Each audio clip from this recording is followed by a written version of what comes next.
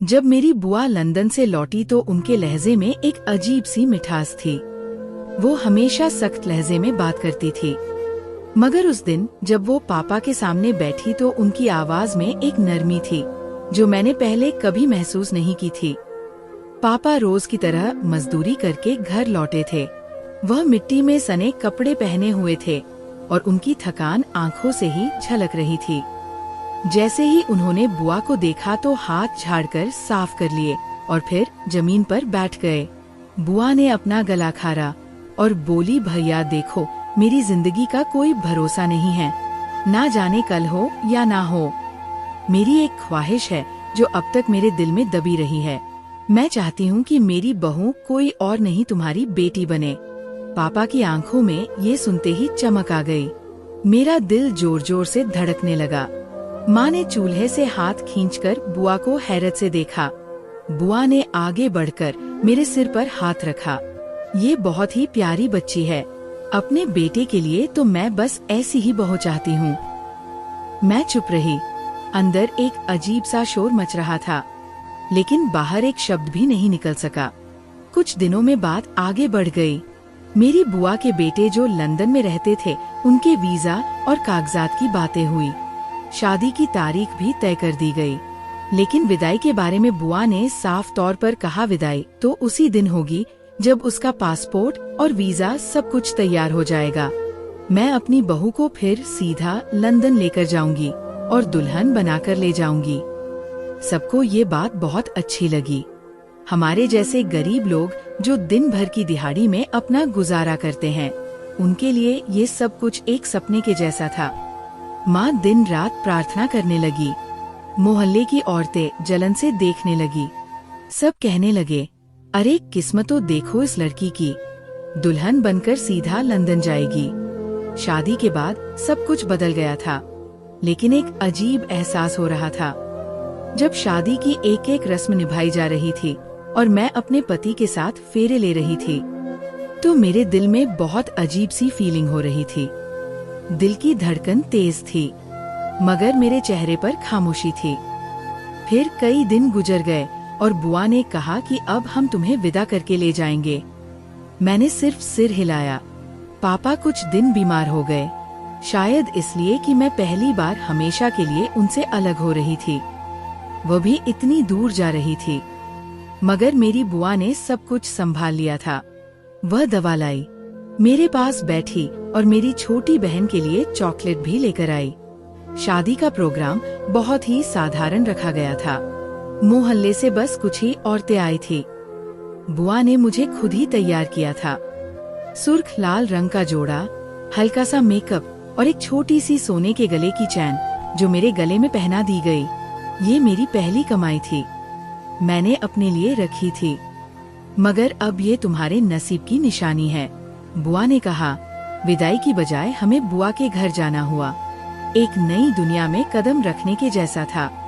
वहाँ सब कुछ सिस्टमैटिक ढंग से था। एक कमरा जो खास मेरे लिए तैयार किया गया था। सफेद पर्दे, खुशबूदार मोमबत्तियाँ और बिस्तर पर गुलाब की पंखुड़ियाँ। पहली रात मेरी बुआ मेरे साथ ही रही। वह मेरे सिराहाने बैठी, मेरे बालों में उंगलियां फिराती रही और पुरानी बातें करती रही। मेरी माँ भी मुझे ऐसे ही सुलाती थी। बालों में उंगलियां फिराते फिराते वो मुझे बहुत प्यार देती थी। दूसरी रात जब मैंने उन्हें ये समझाने की कोशिश की कि मैं अकेले भी सो सकती हूँ, तो वह मुस्कुराकर बाहर चली गई। मैं बिस्तर पर लेटकर छत को देखती रही। एक अनजान पति, एक नया घर और एक देश जो मेरे करीब आ रहा था, मगर इन सब में एक खामोशी थी, एक खालीपन। तीसरी रात उनका फोन आया। मैं कमरे में बैठी थी। बुआ ने कॉल की और कहा, बात करो, वह तुमसे खुद बात करना चाहते हैं। मैंने फोन को कान से लगाया। हेलो जी, नमस्ते, मैंने धीरे से कहा। तुम ठीक हो? उनकी आवाज में जज्बात नहीं थे, बस एक फॉर्मेलिटी सी महसूस हो रही थी। जी। फिर कुछ देर की खामोशी रही। बस कुछ दिनों में सब कुछ तैयार हो जाएगा, फिर हम लंदन में मिलेंगे। ठीक है, मैंने कहा और फोन बंद हो गया। ये मेरी पहली और आखिरी कॉल थी उनसे। चौथी रात मेरी बुआ ने कहा, बेटी आज चेकअप है इसलिए जल्दी निकलना होगा। लंदन जाने से पहले सारी डॉक्टरी रिपोर्ट्स जरूरी होती है। सुबह सवेरे मैं तैयार हुई। बुआ ने खुद मेरे कपड़े निकाले और उन्हें अच्छे से रखने में मेरी मदद भी की। फिर हम रिक्शा लेकर अस्पताल पहुँचे। अस्पताल साफ सुथरा लग रहा था। काउंटर पर पहुँचते ही बुआ ने कागजात निकाले और किसी से बात की। फिर एक नर्स आई और हमें एक तरफ ले गई। मैं सुकून में थी क्योंकि बुआ मेरे साथ थी। कमरे में दाखिल होने से पहले बुआ ने मेरा हाथ पकड़ा।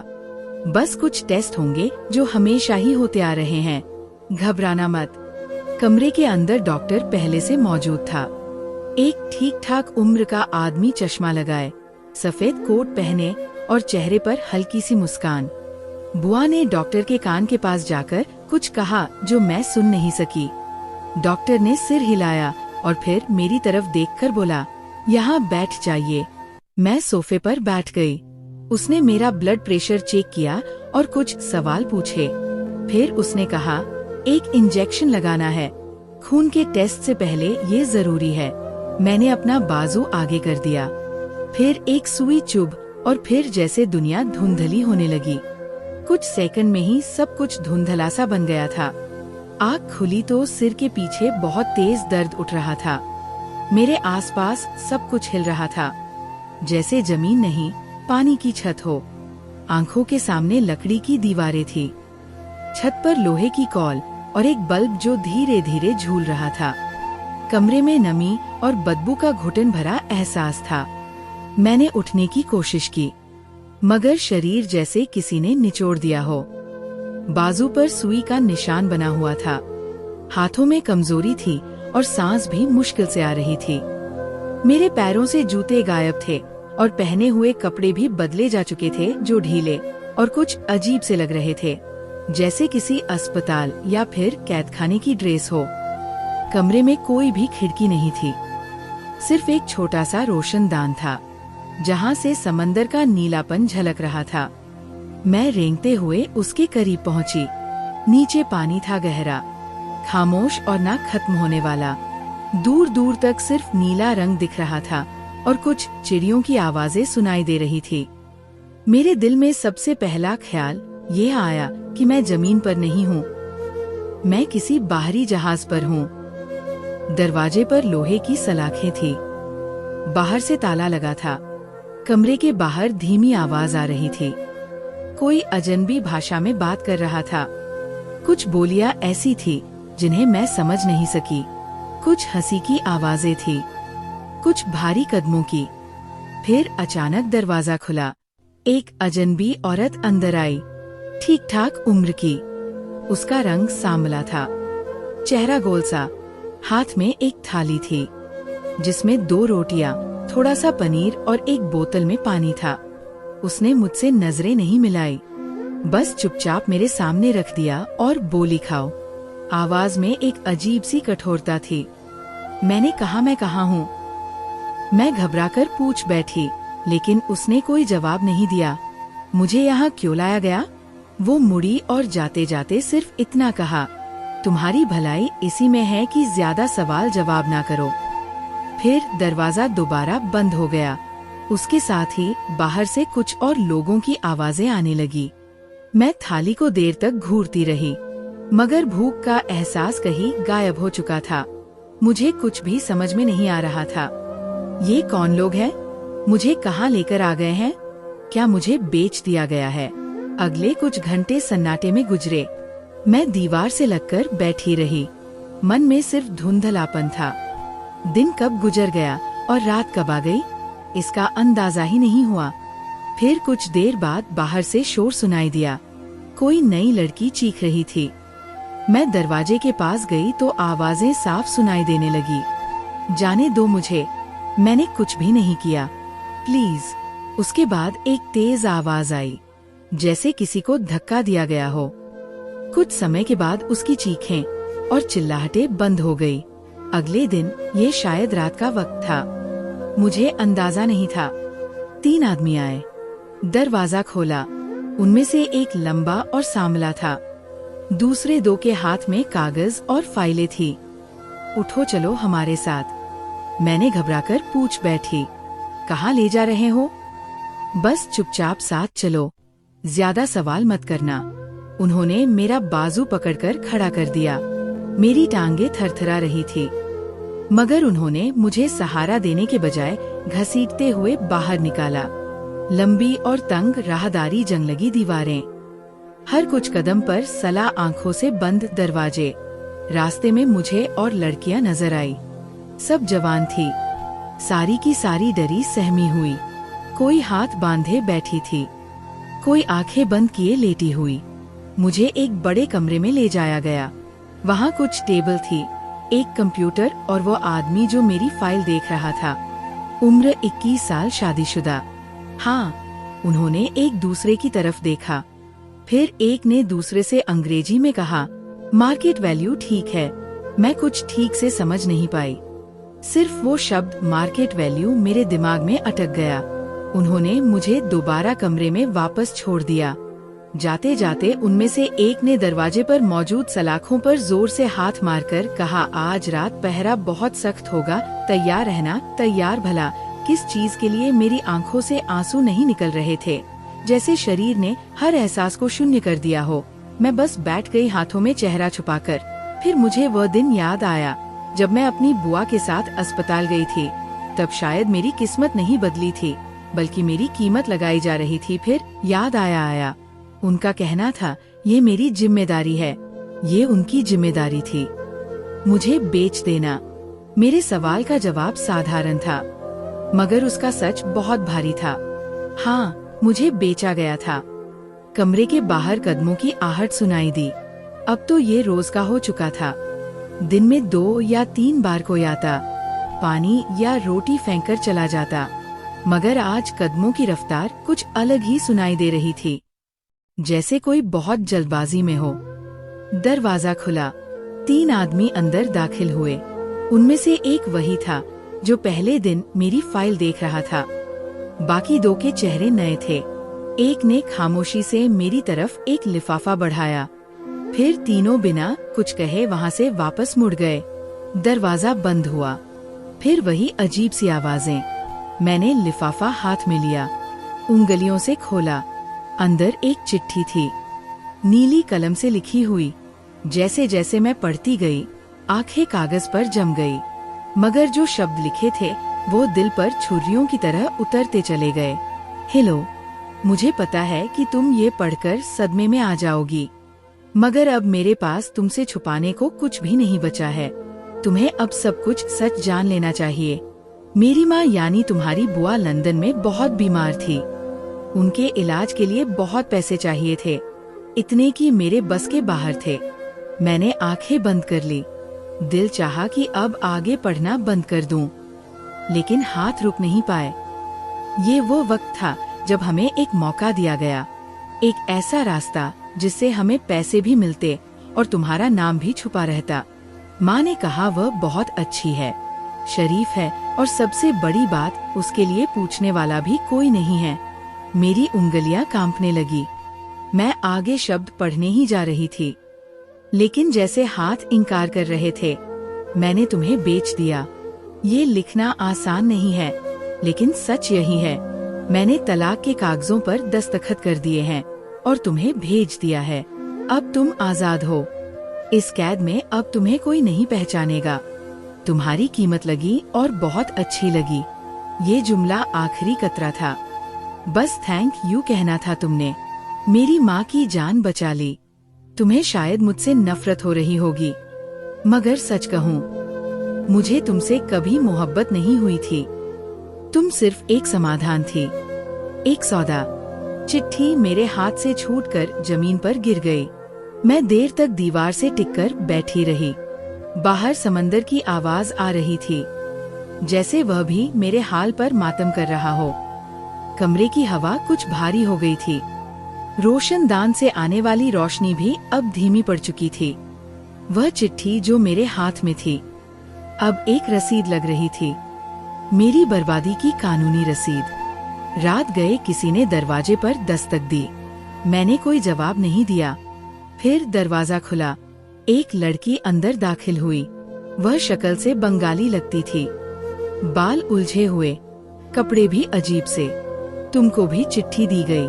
उसने पूछा। मैंने सर हिला दिया। मेरे पति ने तो वीडियो भेजा था। उसमें वह हंस रहा था, कह रहा था बचपन की दोस्ती का कर्ज उतारा है, तुझे बेचकर अपना वादा पूरा किया है। वो हंसने लगी। बे आज जैसे हंसी नहीं पागलपन हो। मैंने उससे पूछा ये सब कब तक चलेगा? वह बोली जब तक हम बिकने के काबिल है, फिर हमें फेंक दिया जाएगा। अगले 3 दिन में लड़कियों को ले जाया गया। एक लड़की ने विरोध करने की कोशिश की तो उसके मुंह पर थप्पड़ों की बारिश हो गई। उसे घसीट कर ले जाया गया। बाकी सब पत्थर बनी बैठी रही, जैसे हर किसी को अपनी बारी का इंतजार हो। दोपहर के वक्त दरवाजे के नीचे से एक नई चप्पल फेंकी गई। उस पर मेरा नाम लिखा था, साथ में एक यूनिट नंबर भी। मैंने चप्पल नहीं पहनी। मुझे सिर्फ अपना नाम देखकर ये एहसास हुआ कि अब मैं कोई इंसान नहीं, सिर्फ एक यूनिट हूँ। शाम को एक आदमी आया सफेद वर्दी में, हाथ में फाइल। उसने कहा तैयारी रखो, कल सुबह तुम्हें शिफ्ट करना है। कहाँ? मैंने पूछा। वही जहाँ तुम्हारी कीमत के मुताबिक जगह होगी। फिर वह चला गया। सुबह होने से पहले ही मुझे जगह दिया गया। 2 मर्द कमरे में आए। एक के हाथ में वर्दी जैसे कपड़े थे, दूसरे के हाथ में छोटा सा बैग। उन्होंने कहा ये लो, पहन लो, कोई सवाल नहीं। वह दरवाजे पर इस तरह खड़े हो गए जैसे अगर मैं मना करूं तो जबरदस्ती करेंगे। मैं खामोशी से वह ड्रेस पहन ली। सर पर नकाब डाला गया जो आधे चेहरे को ढक रहा था। बैग में मेरे वही पुराने कपड़े थे जो शायद पहले दिन बदल दिए गए थे, एक कोने में दबे हुए, जैसे मेरा अतीत अब एक बोझ हो गया हो। कुछ ही देर के बाद मुझे एक कश्ती में बिठाया गया। 3 और लड़कियां साथ में थी। सब चुपचाप। कश्ती कुछ घंटे चली, फिर एक बंदरगाह पर उतारा गया। वहाँ पहले से एक बैन मौजूद थी। दुबई की सड़कों पर वो बैन चलती रही। खिड़की से बाहर देखने की हमें इजाजत नहीं थी। बैन में एक और औरत भी थी जो बार बार कह रही थी, चुप रहना, यहाँ कोई सवाल नहीं करना। कई घंटे बाद एक बड़ी सी इमारत के सामने गाड़ी रुकी। बाहर से आम सा होटल लगता था, मगर अंदर एक और ही दुनिया थी। स्वर्ग जैसा कालीन, शीशे की लिफ्ट, चमकते हुए फर्श और एंट्रेंस पर 3 अलग अलग भाषा बोलने वाले लोग। हमें पीछे के दरवाजे से ऊपर ले जाया गया। एक लंबा रास्ता जहां दरवाजों पर नंबर लिखे थे, मगर कोई नाम नहीं। मुझे कमरा नंबर 48 दिया गया। कमरा साफ सुथरा था, लेकिन बेरंग। एक बेड, एक कुर्सी, एक अलमारी।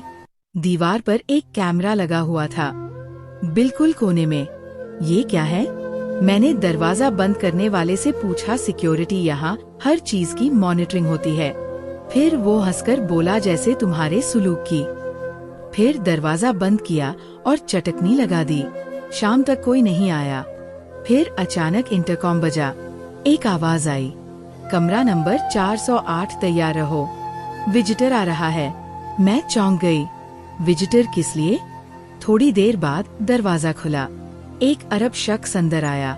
उम्र करीब 40, सफेद कपड़े, सोने की अंगूठियां और एक महंगा सा परफ्यूम। एक लम्हे के लिए वह रुका, मुझे सर से पांव तक देखा, फिर बोला, इसे मेरे कमरे में भेजो। फिर वो मुड़ा और बाहर चला गया। गार्ड ने एक दूसरे की तरफ देखा। फिर एक ने मुझसे कहा, चलो ज्यादा वक्त बर्बाद मत करो। मैंने कदम पीछे खींचे। कहा, क्यों? यहाँ क्यों? इजाजत नहीं है यहाँ पर। इनकार कि तुम्हें वही जाना है जहाँ बुलाया जाएगा। मैंने सिर्फ एक शब्द कहा, नहीं। गार्ड आगे बढ़ा, मेरा बाजू पकड़ा और कहा, समझदारी इसी में है कि चुपचाप साथ चलो। अगर शोर किया तो अगली फ्लाइट में बांग्लादेश भेज दी जाओगी। मैं मजबूर होकर उसके साथ चलने लगी। वो मुझे होटल के एक और फ्लोर पर ले गया, जहाँ पर दरवाजे की पट्टी पर लिखा था, VIP स्वीट। दरवाजा खुला, मैं अंदर दाखिल हुई। वहीं अब आदमी सोफे पर बैठा था, एक हाथ में सिगार, दूसरे में मोबाइल। मेरी तरफ देखे बिना बोला, तुम भारत से हो? मैंने सिर हिलाया। आवाज नहीं निकली। चलो अच्छा है, पर सुकून और खामोश। मुझे खामोश लड़कियां पसंद है। फिर उसने घंटी बजाई। एक नौकर आया और उसने अरबी में कुछ कहा। नौकर मेरे लिए एक ड्रिंक ले आया। शायद जूस पियो, तुम्हारा दिन लंबा गुजरा है। मैंने गिलास हाथ में लिया मगर पिया नहीं। शेख ने हंसते हुए कहा, पहली बार हो, कोई बात नहीं, तुम्हें आदत हो जाएगी। मैंने उस दौरान सिर्फ एक काम किया, गिलास जमीन पर फेंक दिया। मैं कोई चीज नहीं हूँ जिसे आदत बना लिया जाए। शेख खड़ा हुआ और गार्ड को बुलाया, इसे नीचे वापस लेकर जाओ। ये अभी तैयार नहीं है। मुझे दोबारा कमरा नंबर 408 में वापस लाया गया और दरवाजा बंद कर दिया गया। अगले दिन एक और लड़की आई, वह भी भारतीय थी। हमने कुछ देर खामोशी में वक्त गुजारा। फिर वो बोली, यहाँ रहना है तो समझौता करना पड़ेगा। जिसने मुंह खोला वो अगले जहाज में होती है, पता भी नहीं चलता कहाँ गई। मैंने पूछा, कोई बचा है यहाँ से? सुना है एक लड़की दुबई पुलिस तक पहुँच गई थी, मगर उसके बाद वही पुलिस वाले गायब कर दिए गए। हमने खिड़की से बाहर देखा, नीचे एक स्विमिंग पूल था और कुछ लड़कियां तैराकी कर रही थी। वही यूनिफॉर्म में, वही बेजान चेहरों के साथ। ये होटल नहीं, बाजार है। यहाँ सब कुछ बिकता है, बस कीमत तय होना बाकी होती है। वह लड़की बोली और फिर खामोश हो गई। रात को दरवाजे के नीचे एक पर्ची फेंकी गई। उस पर लिखा था, तुम्हारा अगला ग्राहक 8 बजे पहुँचेगा, तैयार रहो। मैंने पर्ची को देखा और दिल ही दिल में फैसला किया, मैं यहाँ रहूं या ना रहूं। लेकिन जो कुछ भी मेरे साथ हुआ वो मैं किसी और के साथ नहीं होने दूंगी। ये अंधेरे हमेशा नहीं रहते। उसी दिन होटल में कुछ गैर मामूली हलचल थी। स्टाफ तेजी से इधर उधर भाग रहा था। दीवारों पर लगी लाइटें साफ की जा रही थी। लॉबी में नए फूल लगाए जा रहे थे। कमरे के बाहर एक गार्ड ने आकर सिर्फ इतना कहा, आज कोई खास मेहमान आ रहा है, सब अलर्ट रहो। मैंने खुद से सवाल किया, खास मेहमान का हमसे क्या लेना देना? लेकिन सवाल पूछने का कोई फायदा नहीं था। शाम को दरवाजा खुला, एक नई पोशाक लाई गई, सफेद और नीले रंग की, खूबसूरत लेकिन साधारण। उसके साथ एक नोट था, ये पहनो, आज तुम्हें नीचे बुलाया जा सकता है। मैंने उस ड्रेस को वही रख दिया। किसी नोट या आदेश की अब मेरे लिए कोई अहमियत नहीं थी। मैं वही पहन रही थी जो मेरे शरीर पर था। 8 बजे के करीब इंटरकॉम बजा, कमरा नंबर 408 तैयार हो जाओ, विजिटर तुम्हें देखना चाहता है। मैंने कुछ नहीं कहा, खामोशी से दरवाजे के सामने खड़ी हो गई। दरवाजा खुला, गार्ड ने मुझे नीचे ले जाने का इशारा किया। मैं उनके साथ लिफ्ट में सवार हुई। लिफ्ट का शीशा साफ था और नीचे जाते हुए पहली बार मैंने खुद को पूरी तरह से देखा। सूखा हुआ चेहरा, आंखों के नीचे हल्के काले घेरे, और वह चेहरा जो अब अपना नहीं लगता था। लॉबी में पहुँचे तो वहाँ काफी लोग थे, सबकी नजरें व्यस्त। कोई किसी से बात कर रहा था, कोई लैपटॉप पर झुका हुआ था। उन सब में एक लड़का बिल्कुल अलग खड़ा था, ऊंचा कद, बादामी रंग, काले कपड़े और हाथ में एक फाइल। जैसे ही उसने मेरी तरफ देखा तुरंत सन्न रह गया। उसके हाथ से फाइल नीचे गिर गई और आंखें मुझ पर जम गई। गार्ड ने इशारा किया, यही है, देख लो। वह मेरे पास आया, बहुत धीरे से, जैसे किसी सपने की तरफ बढ़ रहा हो।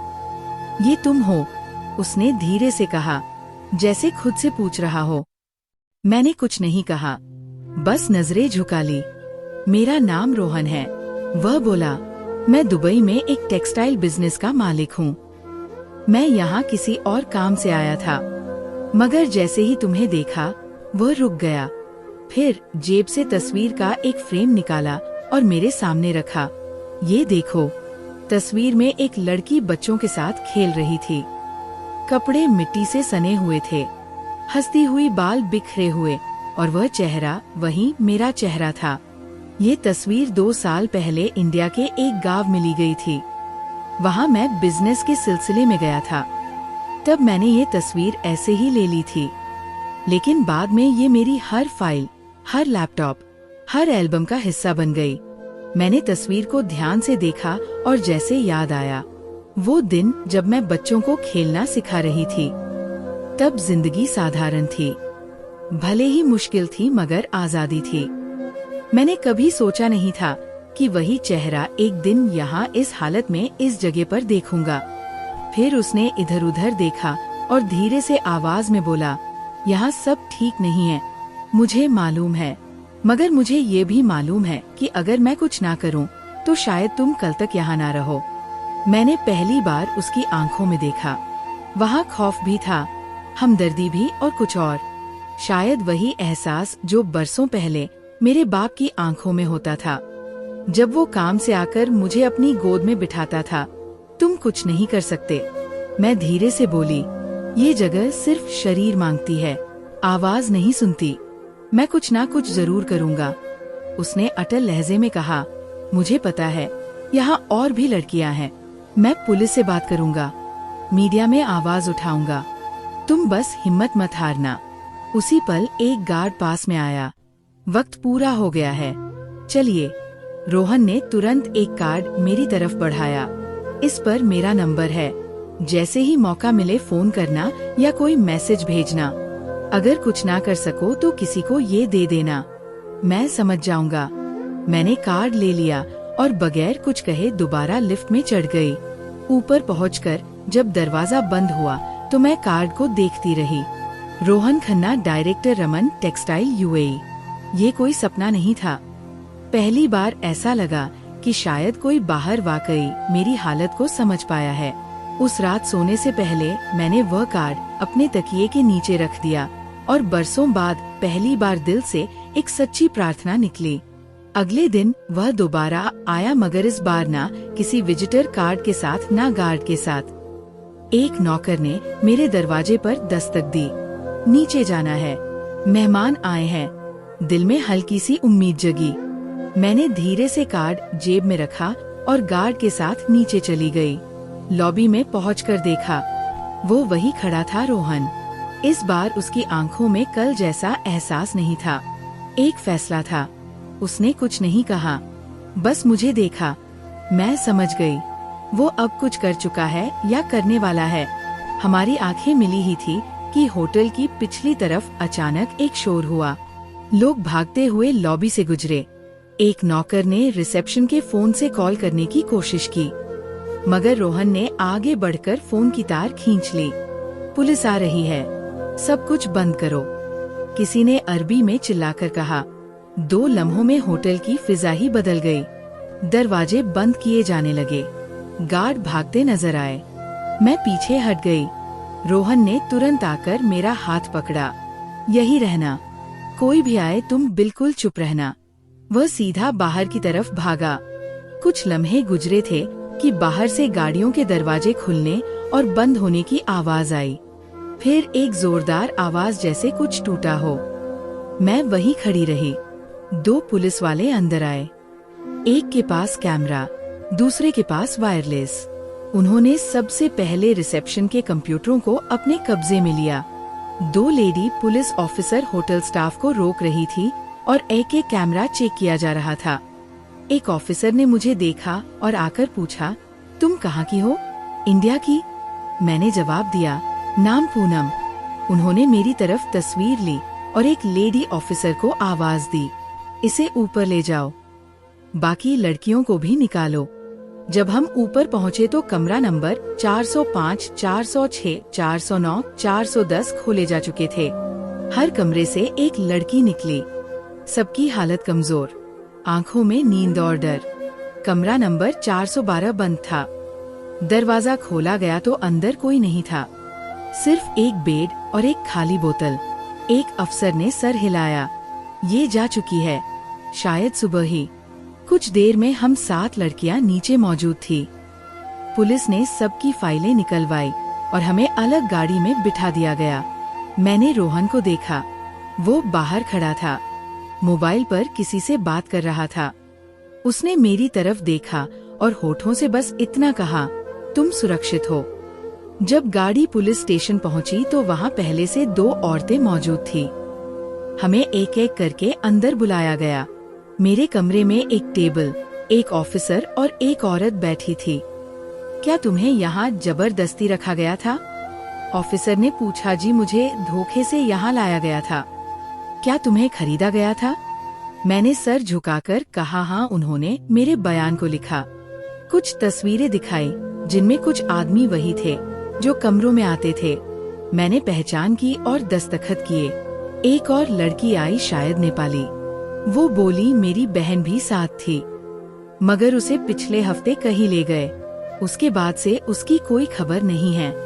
हमें एक कांस्टेबल के हवाले किया गया, जहां कुछ दिनों के लिए हमें सही सलामत रखा जाना था। हम जिस जगह पहुँचे वहाँ एक बड़े हॉल में हमें एक साथ रखा गया। एक सामाजिक कार्यकर्ता आई और बोली, आप सब में से जो भी अपने देश वापस लौटना चाहते हैं उनके लिए हम ठीक ठाक बंदोबस्त करेंगे, और जो कानूनी कार्यवाही करना चाहता है वह भी मुमकिन है। रात को हम 3 लड़कियां बिस्तर पर लेटी रही खामोश। बाकी 4 को कहीं और भेजा जा चुका था। शायद उनके केस ज्यादा गंभीर थे, या शायद उनके पास कोई पहचान नहीं थी। मैंने रोहन का कार्ड अभी भी संभाल कर रखा था। अगले दिन उसने कांस्टेबल को कॉल किया। मैं उस लड़की से मिलना चाहता हूँ जिसे कल होटल से रेस्क्यू किया गया था। कांस्टेबल ने वक्त दिया और वह आया। उसने कहा, मैं तुम्हें यहाँ नहीं छोड़ सकता।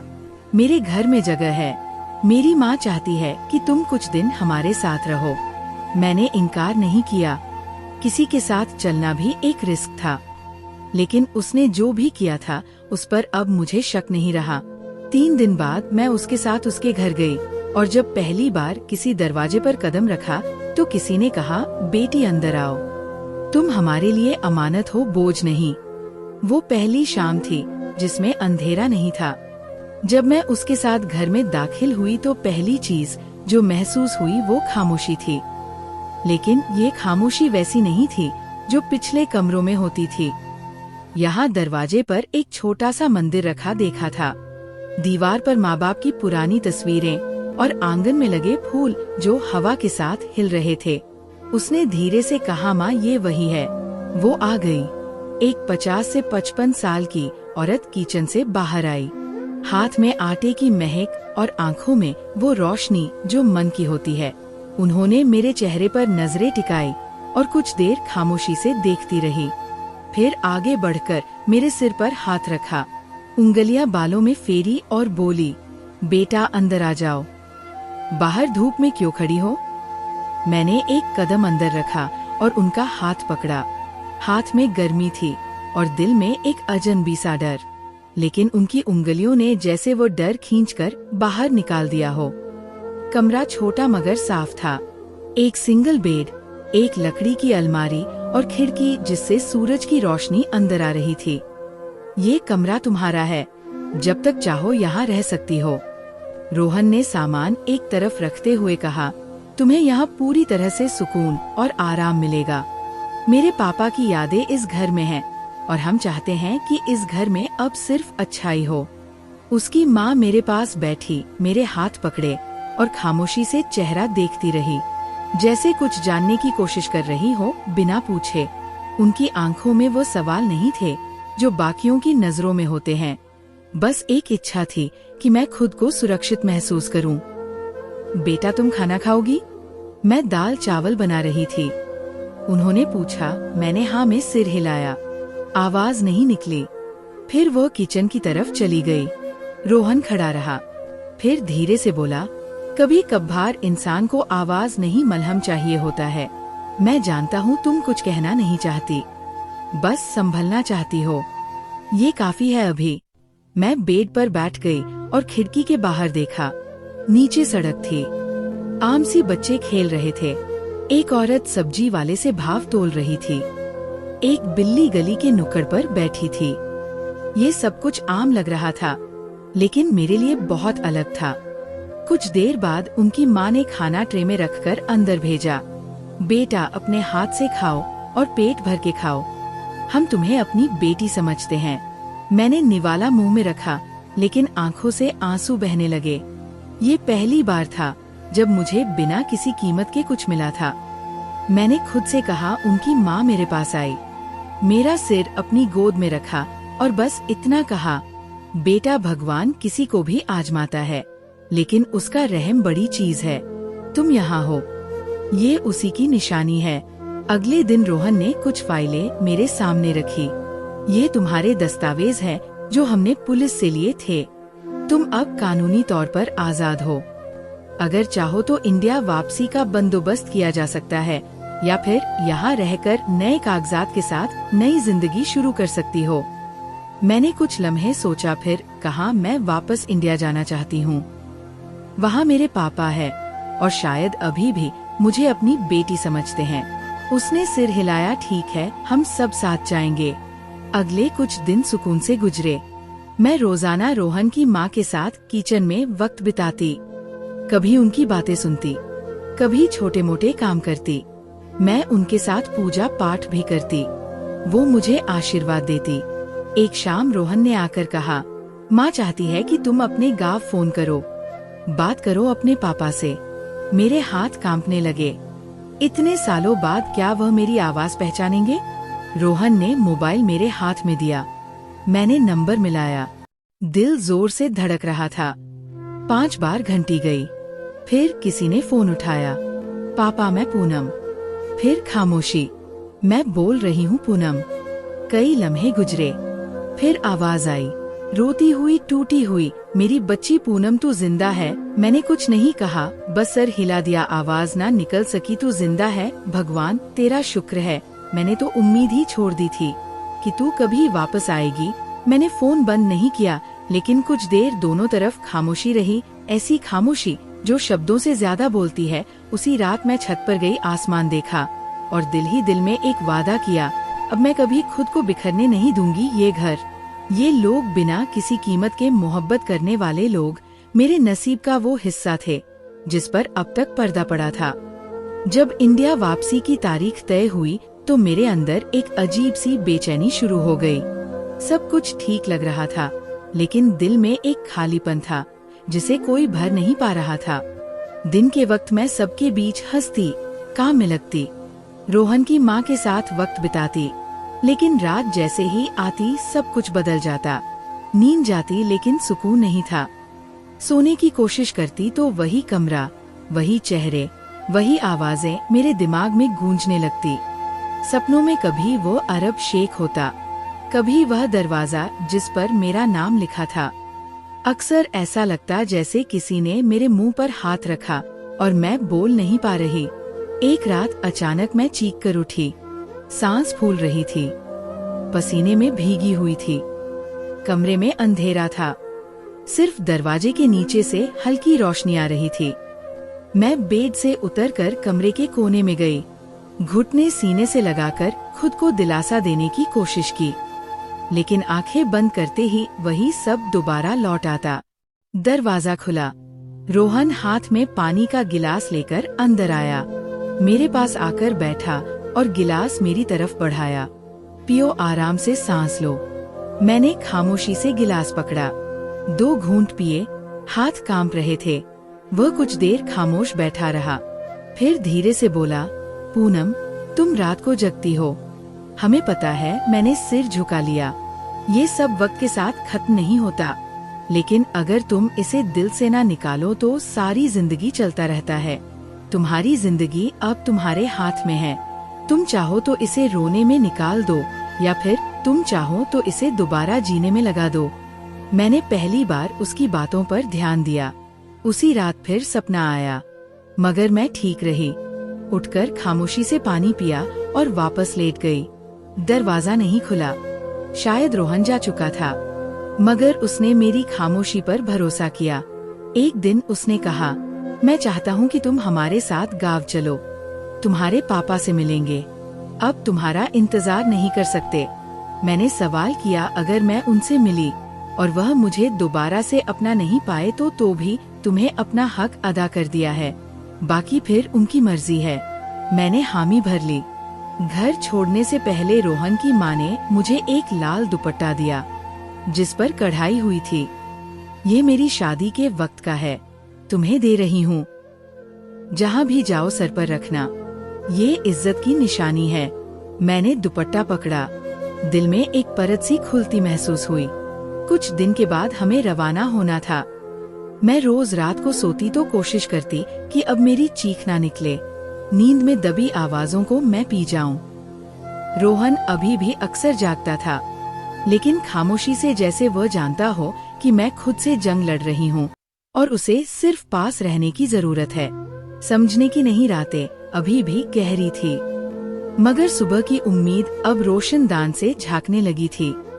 सफर की तैयारी पूरी हुई तो रोहन ने खामोशी से मुझे वो बैग दिया जिसमें मेरे असली कपड़े, पहचान पत्र और कुछ कागजात थे। मैंने बैग को पकड़ा और कुछ देर तक बस उसे देखती रही। मेरे हाथों में वो सबूत था कि मैं अब दोबारा खुद को पहचान सकती थी, अपने नाम से, अपनी पहचान से। कई महीने गुजर चुके थे उस दिन को जब मैं बिना मर्जी के, बिना इरादे, एक खाली दस्तावेज बनकर किसी कमरे में जागी थी। सफर का आगाज दुबई एयरपोर्ट से शुरू हुआ। रोहन ने बोर्डिंग पास मेरे हाथ में रखा और बोला, ये तुम्हारा है, सिर्फ तुम्हारा। इस पर तुम्हारा नाम है, किसी और का नहीं। प्लेन की खिड़की से बाहर बादलों को देखते हुए मुझे वह लम्हे याद आए जब मैंने ये सोचना ही छोड़ दिया था कि वापस जा पाना अब मुमकिन होगा। अब जहाँ वो करीब था, जब दिल जैसे रुकने लगा था। रोहन बराबर वाली सीट पर बैठा था, मगर हमने ज्यादा बात नहीं की। सफर में अक्सर खामोशी ही सबसे ज्यादा बोलती है। दिल्ली एयरपोर्ट पर जब हम उतरे तो धूप धुंधली थी और हल्के बादलों वाली फिजा में ठंडक ने मेरा स्वागत किया। मेरे पैर जमीन पर पड़े तो एक लम्हे को ऐसा लगा जैसे मैं बरसों बाद जमीन पर चल रही हूँ, जैसे मेरी हड्डियों को दोबारा अपना वजूद याद आ रहा हो। गाड़ी रोहन का पुराना ड्राइवर चला रहा था। वह रास्ते में मुझे गांव की जानकारी देता रहा। नई सड़कें बनी है, मोहल्ले में ये स्कूल खुल गया है और तुम्हारे पापा इतने बूढ़े हो गए हैं कि रोज थकान से बैठ जाते हैं मंदिर के सामने बेंच पर। जब हम गांव के बाहर पहुँचे तो मैं खिड़की से जाकर वही पेड़, वही कच्चे रास्ते, वही मिट्टी की खुशबू, बचपन का मंजर एक एक करके आंखों के सामने आने लगा। लेकिन दिल में एक डर था, पापा का व्यवहार किस तरह का होगा? अगर उन्होंने मुझे देखते ही दरवाजा बंद कर दिया, अगर वो ये कहने लगे कि तुम मेरी बेटी नहीं हो, तो फिर क्या होगा? गली में पहुंचकर गाड़ी रुकी। मैं दरवाजा खोलने ही वाली थी कि रोहन ने मेरा हाथ पकड़ लिया। याद रखो, जो तुम्हें पहचानने से इनकार करे वह तुम्हारी सच्चाई को मिटा नहीं सकता। मैंने दरवाजा खोला और धीरे से बाहर कदम रखा। घर वही था, मिट्टी की दीवारें, लोहे का पुराना दरवाजा, ऊपर कच्ची छत पर लटकती ईंटों वाली कपड़े की रस्सी। दरवाजे पर दस्तक दी, कोई आवाज ना आई। एक और दस्तक दी, फिर दरवाजा खुला और अंदर से मेरी छोटी बहन निकली जो अब बड़ी हो चुकी थी। वह पहले एक पल को रुकी, फिर आंखों पर भरोसा नहीं हुआ। पूनम दीदी, मैंने आंखों में आंसू लिए हाँ में सिर हिला दिया। वह पीछे हटी और चीखती हुई अंदर गई। पापा, पूनम दीदी वापस आ गई। मैं अंदर दाखिल हुई। आंगन में पुरानी लकड़ी की कुर्सी, चूल्हे के पास रखी मिट्टी की हांडी और एक कोने में बैठे पापा। मैं जैसे ही आगे बढ़ी, आंखों से आंसू बहने लगे। कदमों में जा नहीं रही थी। मैं पापा के सामने पहुंची ही थी कि वो खुद फर्श पर बैठ गए, दोनों हाथ उठाकर मेरे पैर पकड़ लिए। बेटी, मैंने तुझे विदा किया था लाश समझकर, मगर तू जिंदा लौटी है। मेरे आंसुओं का बहाव रुक नहीं रहा था। मैं झुककर अपने पापा के कंधे से लगी और वह मुझे सीने से लगाए रोते रहे। घर के बाकी लोग इकट्ठे हो चुके थे। कोई दरवाजे के पास खड़ा हैरानी से देख रहा था, कोई चुपचाप खिड़की से झांक रहा था। रोहन एक तरफ खामोश खड़ा था, जैसे ये लम्हा सिर्फ हमारा हो। पापा ने मुझे देखकर कहा, क्या हुआ? कहाँ रही थी तुम इतने दिन? मैंने सिर्फ इतना कहा, पापा जिंदा थी, बस दूर थी। उन्होंने मेरे सिर पर हाथ फेरा, तू मेरे लिए मरकर भी जिंदा थी। मैं रोज प्रार्थना करता था कि या तो तेरी खबर आ जाए या फिर तू ही आ जाए। आज भगवान ने दोनों ही दे दिया। रोहन कुछ लम्हों के बाद आंगन से निकल गया। शायद उसने महसूस किया कि अब मेरे और पापा की बातों को प्राइवेसी की जरूरत है। उस रात मैंने वही कमरा दोबारा देखा जहाँ बचपन में सोई थी। वही बिस्तर, वही दीवार पर पुरानी घड़ी जो अभी भी बंद थी। मैंने पापा से पूछा, क्या आपको लगा था कि मैं वापस आऊंगी? मैंने कभी उम्मीद ही नहीं छोड़ी। वह बोले, लेकिन जुबान से कुछ नहीं कहा, बस दिल में यकीन रखा। भगवान जैसे ले जाता है वो वापस भी ला सकता है। अगले दिन मोहल्ले में बात फैल गई। लोग देखने आने लगे। कुछ आंखें मोहब्बत से देख रही थी, कुछ सवाल से भरी थी और कुछ बस तमाशा देखने आई थी। लेकिन पापा ने हर एक से साफ कहा, ये मेरी बेटी है, मेरी पूनम, और जिसने इसका साथ दिया वह मेरा बेटा। उनके लहजे में दृढ़ता थी, कोई शक नहीं। रात को रोहन आंगन में बैठा था, मैं चाय लेकर उसके पास गई। थैंक यू मैंने कहा, किस लिए? उसने सवाल किया। मुझे वापस लाने के लिए। उसने चाय ली और धीरे से कहा, अभी तो सिर्फ लाया हूँ, असली वापसी तो तुम्हारा फिर से जीना है, वह तुम्हें खुद ही करना होगा। पापा के घर लौटे कुछ ही दिन हुए थे, लेकिन ऐसा लगता था जैसे जैसे बरसों की थकान किसी नरम हाथ ने धीरे धीरे उतारना शुरू कर दी हो। मैं रोज सुबह आंगन धोती, पापा के पुराने गमलों में पानी देती और फिर कमरे में आकर खामोशी से बैठ जाती। ये वही दीवारें थी, वही गाँव था, मगर मैं अब वैसी नहीं रही थी जो कभी यहाँ हंसती थी, खेलती थी, सपने देखती थी। अब हर कदम नापतोल कर रखती थी, जैसे ये जिंदगी मेरी नहीं किसी और की हो और मैं बस एक कर्ज उतारने आई हूँ।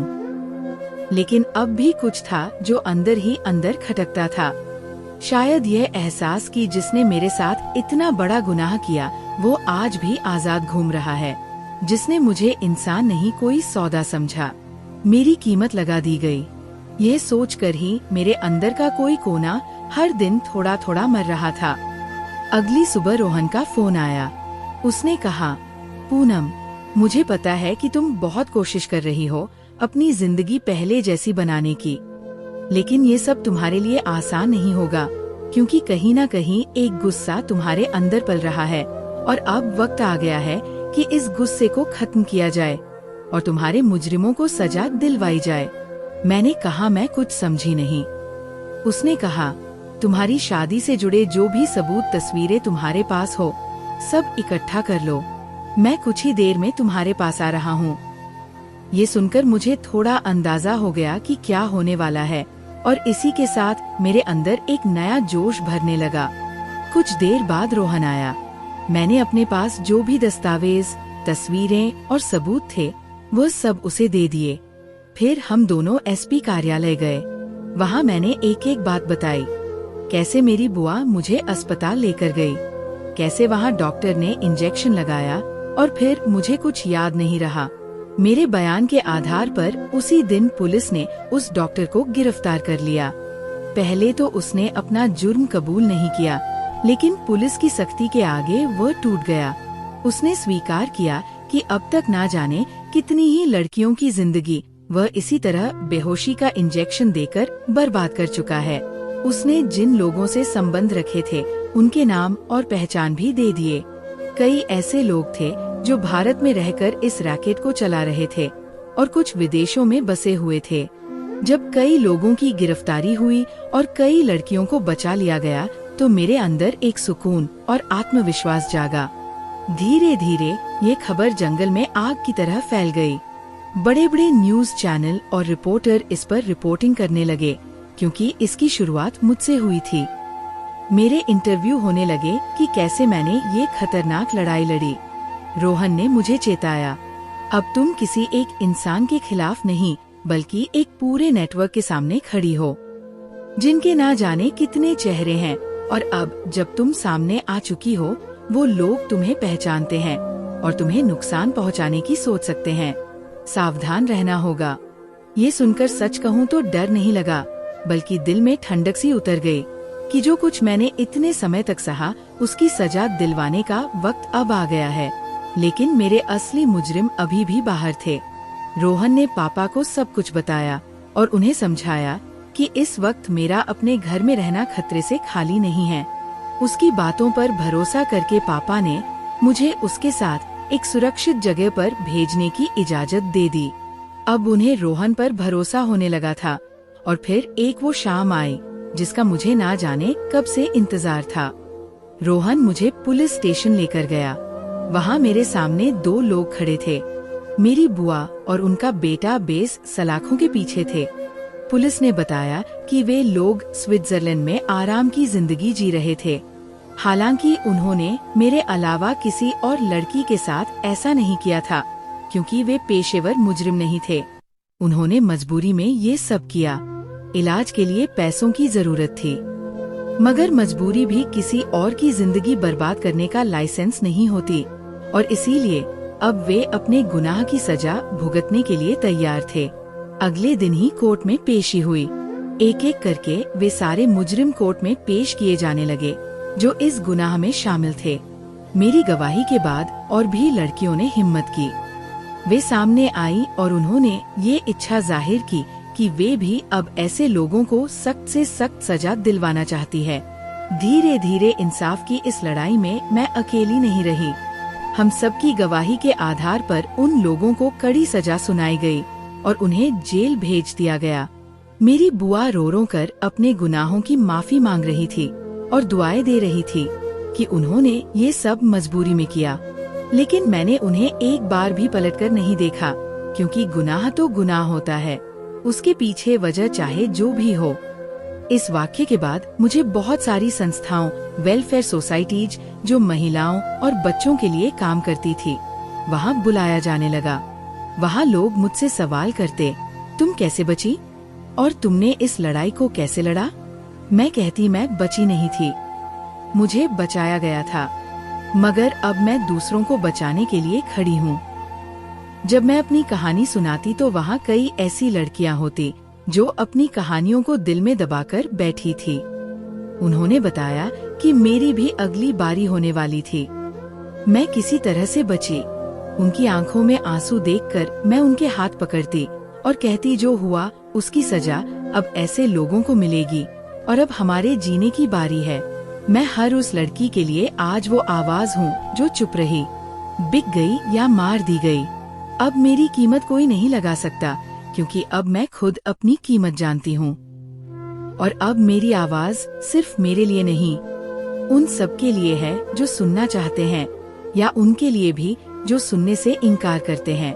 मुझे महिलाओं के अधिकारों के लिए काम करने वाली एक बड़ी संस्था से ऑफर मिला कि मैं उनके साथ जुड़ूं और इस मुहिम में कंधे से कंधा मिलाकर चलूं। रोहन के मुझे हिम्मत देने के बाद मैं उस संस्थान से जुड़ गई और आज मैं ना जाने कितनी ही ऐसी लड़कियों को बचा चुकी हूँ जो बर्बाद की जा चुकी थी या फिर बर्बादी की कतार में खड़ी थी। जिंदगी अब सच में सुकून से गुजर रही थी और मेरे अंदर का गुस्सा भी अब कहीं खत्म हो चुका था। एक नई पूनम अब खुली हवा में सांस ले रही थी। एक सुबह पापा ने कहा, शाम को अच्छे से तैयार हो जाना, कोई आने वाला है तुम्हें देखने के लिए। ये सुनते ही मेरे दिल में एक अजीब सी हलचल हुई और सवाल भी उठने लगे। क्या सच में वह आएगा? मैंने पापा से पूछने की कोशिश की, लेकिन उन्होंने कुछ भी खास नहीं बताया। शाम को 3 गाड़ियां आकर घर के सामने रुकी। जब मैं गाड़ी से उतरते हुए रोहन को देखा तो मेरे दिल की धड़कनें बढ़ चुकी थी और आंखों में खुशी के आंसू थे। मैं शायद सुबह से इसी लम्हे का इंतजार कर रही थी। मैं इसी चेहरे को अपने सामने देखना चाहती थी, लेकिन ये कहने की हिम्मत किसी से नहीं कर पाई थी। रोहन ने मुझे देखा और अपने चेहरे पर हल्की शरारती मुस्कान फैलाई। उसकी माँ मेरे पास आई। उन्होंने प्यार से मेरे सर पर हाथ रखा। कुछ रस्मी बातें हुई और शादी की तारीख तय कर दी गई। मेरे लिए काफी सारे गिफ्ट्स लाए गए, जिनमें कपड़े, जेवर और ना जाने क्या क्या था। 1 हफ्ते बाद ही शादी थी। बहुत ही साधारण तरीके से पापा बहुत खुश थे, क्योंकि उनकी प्यारी बेटी की जिंदगी एक बार फिर से बसने वाली थी। 1 हफ्ते बाद मेरी और रोहन की अच्छे से शादी हो गई। मैं कभी सोच भी नहीं सकती थी कि एक दिन मेरी जिंदगी, जो कि नर्क जैसी हो गई थी, आज उसे एक बार फिर से स्वर्ग बनने का मौका मिलेगा। लेकिन ये सब सिर्फ रोहन की वजह से हो पाया और भगवान की कृपा से शादी के बाद रोहन ने इंडिया में ही रहने का फैसला कर लिया। वह अपना यहाँ का फैलाया हुआ कारोबार संभालता है और दुबई का कामकाज वह महीने में 2-3 बार वहाँ जाकर देख लेता है। मैं अभी भी अपनी मुहिम से जुड़ी हुई हूँ, जिसने मुझे एक नई पूनम, एक नई पहचान दी है। तो दोस्तों, अगर आपको हमारी कहानी पसंद आई हो तो कमेंट करके जरूर बताएं। वीडियो को लाइक करें और ज्यादा से ज्यादा शेयर करें। अगर आप चैनल पर नए हैं तो सब्सक्राइब जरूर करें और नोटिफिकेशन बेल को दबाएं ताकि अगली अपडेट सबसे पहले आपको मिले।